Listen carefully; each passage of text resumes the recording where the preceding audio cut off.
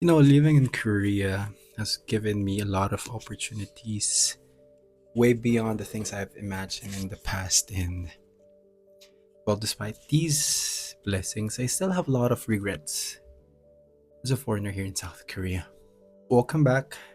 And this series, HAJA episodes, I share some life updates, some things I want you to know if you want to move to South Korea through studies, life, and work.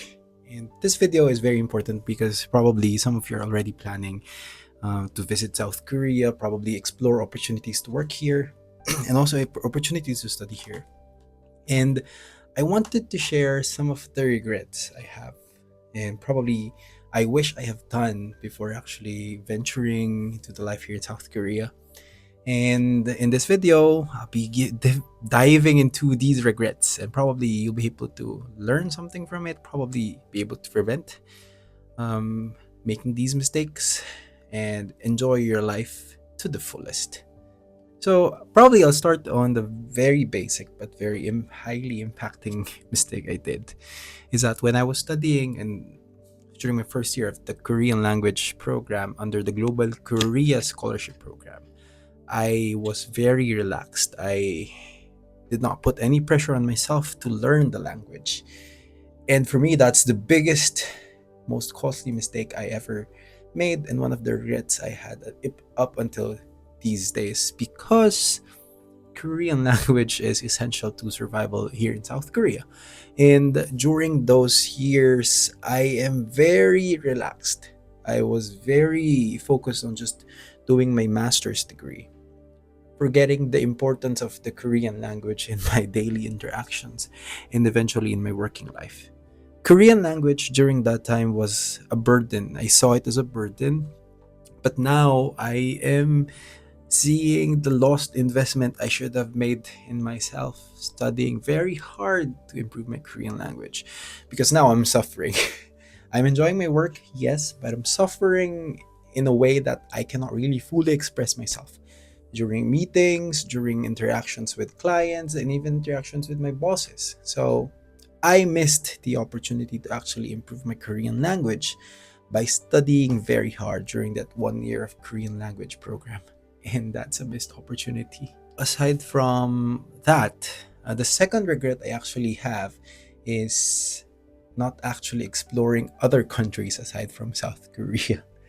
And it may sound very odd that I'm discussing this while I'm working and living in South Korea, but I failed to see the other countries, like probably European countries and the America. I was not able to see them as an option during that time, which I should have tried at least. And this comes to the idea that it's very difficult to acquire opportunities and scholarships in those countries, in those regions. They would require IELTS, other specific certification, which is very costly to achieve. And although I'm regretting that I did not try those scholarships, it's just that probably the opportunity during that time is really open for Korea, since I was not required to submit IELTS during that time. I regretted the fact that I did not try exploring those places, but who knows? I mean, my studies or studying life hasn't ended with MBA, because I still have opportunities for further studies or other master's program, and I'm not closing any door of studying abroad again if the opportunity arises. Probably that's one thing I would want you to learn. Korea is a great country to study, a great country to venture into and explore. But Korea is not the only country that you should go. You have other options, you have other countries to check. And if you're aiming for like permanent residency or like citizenship, Korea is one of the hardest to achieve permanent residency status. I graduated and got my MBA program, and I only am considered under the F2 visa, which is just resident. I'm not a permanent resident, just a simple resident here in South Korea that I have to renew depends on the visa granted to me. So now I have 3 years visa, but I have to renew that in 2027. So achieving the permanent residency status is quite far, especially not for me because I got the scholarship, but if you're just trying to explore other countries just working there, there's a different approach in terms of the permanent residency status, which is very difficult. And I think these idea of getting residency in South Korea is very difficult to achieve, not just with the requirements, but also to the fact that Korean language will never be my native or my second language. It's very difficult, especially for me. So I consider myself, or probably see myself, staying here for like at least 5 more years. But achieving that resident status of permanent resident status or even citizen is quite still vague in terms of my future. So yeah, you have other countries to explore, especially some countries which are related to the language you speak, especially if you're speaking English, and that's a good option also to explore. Well, another regret I want to discuss comes to the idea that I did not try applying to other jobs and eventually just grabbed the opportunity to work with my current association. And the only regret I have specifically on this aspect is I should have opened myself more to other opportunities and probably give them the chance to, get the interview, submit my documents. But in today's economy, in today's world, the easiest, the first job that comes to me, I'll grab it if that's the case. That's why I'm here with my current job. It's not a regret that is very big in terms of it bothers me every day. It's just that it gives me these moments that I think before I go to sleep and wonder what if I am currently employed in another company. And sometimes it's good to think about it, but sometimes it's easier to settle with what I have. Because I don't regret choosing my current company. It's a good blessing for me. I really take the opportunity they presented, and I really am very grateful with the experience they have allowed me to take. And that's it. Probably I should have opened myself more to other companies. That's the only thing, but I'm really happy with where I am currently working at. So I just want to talk about also some regrets I have in terms of my money management here in South Korea. And during my first 3 years here in South Korea under a GKS scholarship, I am under a 1 million, probably 1.1 million per month allowance.